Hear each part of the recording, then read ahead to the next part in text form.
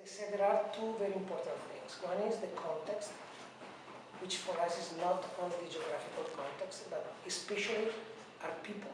That means culture, history, social attitudes, variation into the society, expectations, needs, what is missing. This for us is the context. And then what we tend to do is to play with the programs. That means you tell us to do like a canteen, and suddenly canteen does more things just to be a canteen.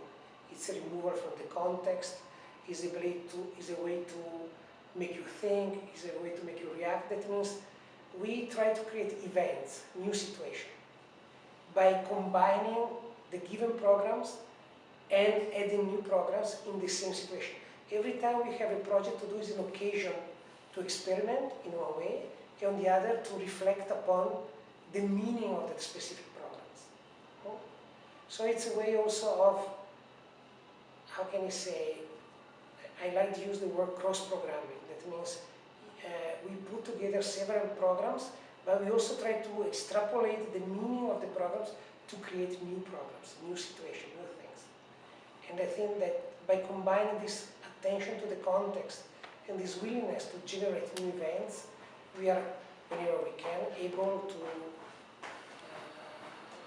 create things that make people reflect, make people use their imagination, make people even like be disturbed sometimes by what we do. Like in the waste power plant here in Italy, we built a fence which is like discrete element of concrete and connected by very thin metallic wire mesh so that you don't see it. So when you pass by, you have the feeling that you can enter.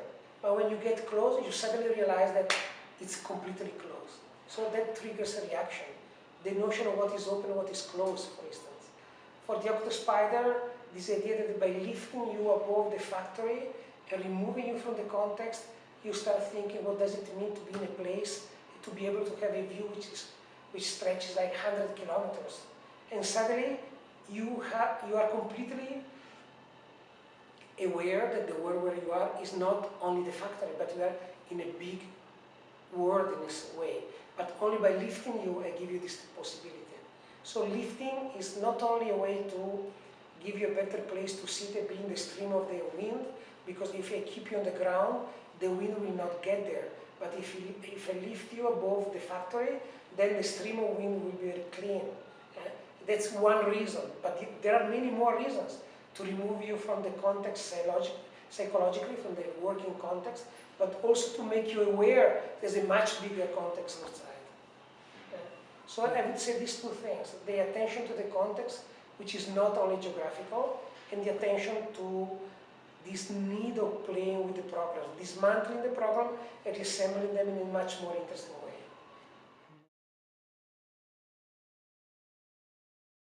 Yeah, for instance, I was showing you before that there's the small folly, the small building with the air conditioning. But because of that, we also use that building for like the reception. The people, the customer, when they come to see the fabrics, the first stop is there. So because we needed to put a building for the air conditioning, we also use the building for another thing. And combined together, it has become like this gate to the factory, to the building itself, for instance. Or even the idea that the cloister itself, where all the people do the same thing, in reality, it's also a place for meditation. It's a place for reflection. It's a place for being removed from the outer world.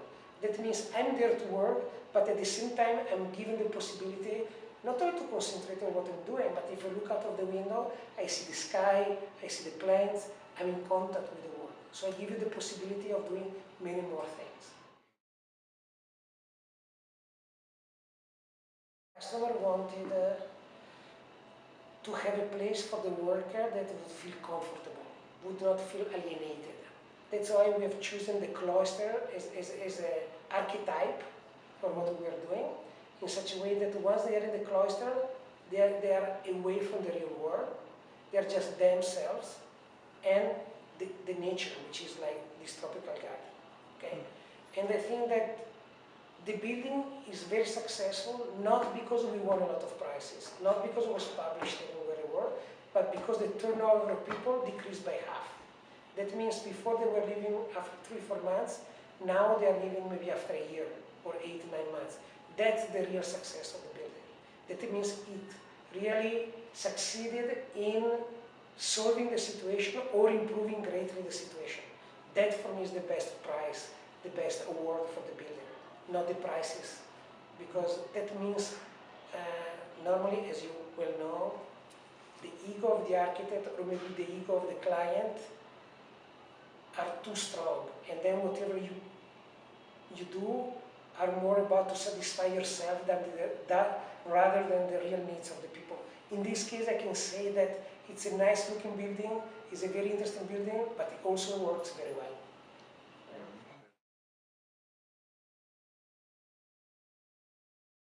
I understand what you mean. Like, as you said, the Octospider has this very thin piling system that, in a way, are trying to merge with the landscape, because around it we had a lot of bamboo canes. So the bamboo canes, it's a way is mimicking nature by using these very thin and long poles. For the Octospider, for the Zigzag, sorry, is more about this lotus flower into the water. Because if you go close and you see the building, you see these inclined walls which are actually needed to let the light come into and be reflected into the building. But at the end, each cloister looks like a lotus flower. That's why also we put the water down it. Not only, as I said, to psychologically mark clearly the separation of the building from the rest of the factory, but also to give this idea that the two cloisters are like two flowers of lotus into the water, sitting into the water, which is a typical flower there.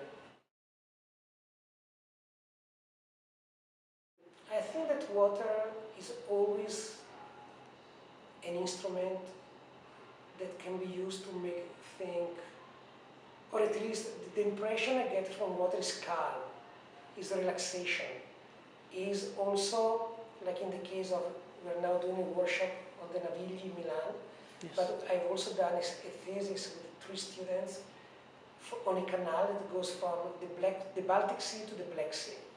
Yes. Okay. And we work with programs. What does it mean? Again, because of the canal, you can have things happening on the water, but at the same time, you can have things happening on the ground. So what if the same program is maybe fragmented and the piece of the program goes somewhere else? And that means that not only I have a dynamic system, but the reassembling of these elements on the water always create a new situation, new event, new programs, new happenings. Okay? So for me, water being idle like a lake, a small lake, or being moved, especially when it's moving like a river or a canal, it's a fantastic occasion to create dynamic programs.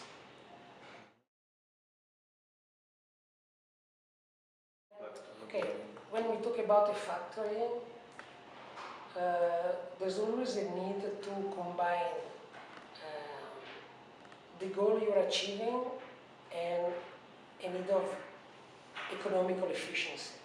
Okay. In a way, I think that our architecture is like almost independent from materials in the sense, once I create the cloister and I give it the shape I need to achieve my goals, it can be in concrete, it can be in wood, it can be in corrugated metal sheets.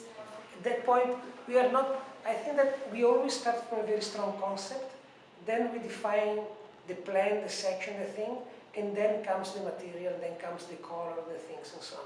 They have to be coherent, but doesn't mean that I have to use especially one specific material. In Thailand, concrete is very, very cheap. So that's why we use mostly concrete and steel. If we were to work somewhere else, we would adapt to the local material. I don't think that that's, in our way of doing things, is very important. We have done projects in Spain, in Argentina, in Thailand, in Israel. We're working in Israel. We're trying to work in Turkey. First of all, as an Italian architect,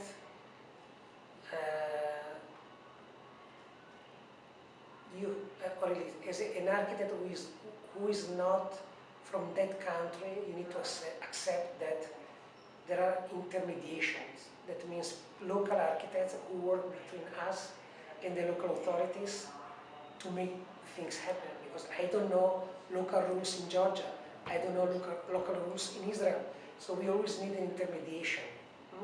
So the most difficult part normally is to find the right person, because we cannot have, as an intermediate person, a competitor. Not as much as in terms of money, of work, but in terms of thinking.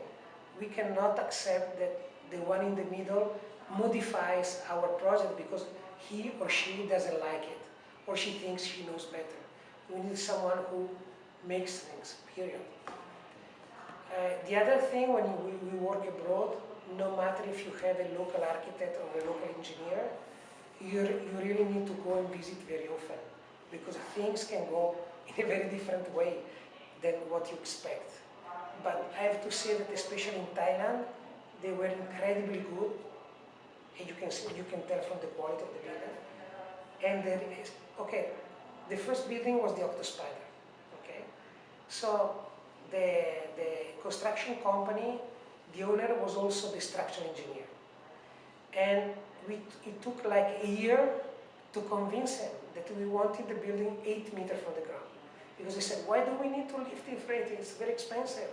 It's very complicated. And also the ramps that goes up to the building, they're almost 200 meters, and they're with this very fine piling. So from the structural point of view, it was very, very difficult. So we had to use a very, very good Italian engineer who made this structural calculation for this building, because the piling not only support the building, but also resist the side movement of the structure. And actually, he's the guy who also did the Richard Meyer Church in Rome, the year 2000 church. Okay, because it's one of the best in Italy. But after that, and after we built the Octospider, and the constructor realized the quality of the building, for the second building was the same constructor, no problem at all. He loved to do it, he wanted to do it the way we wanted, no problem at all. So it's a matter of achieving and reaching a certain trust between you, the local architect, and the local constructor engineer. Mm-hmm. That's very, very important.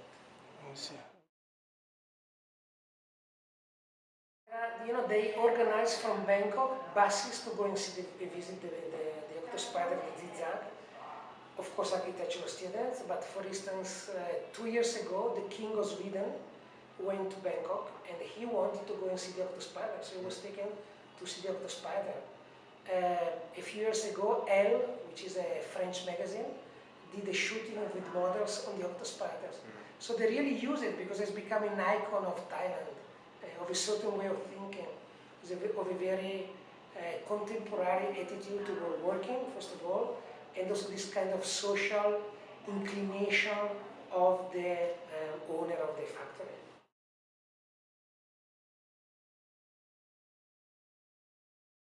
No, I really, beside any kind of a joke, it's really impossible to do a project without understanding, as I said, the context. And the context is not only the geography, the plants, the hills, the water, whatever, but it's especially the people. And there's a beauty in understanding the people, the needs, the culture, the history. Not only to do something related to the past, but also to try to understand the future. Because when we build today, the building will stand hopefully for 50 years. So you need to build for the future, but you cannot build the future without knowing the past and the present.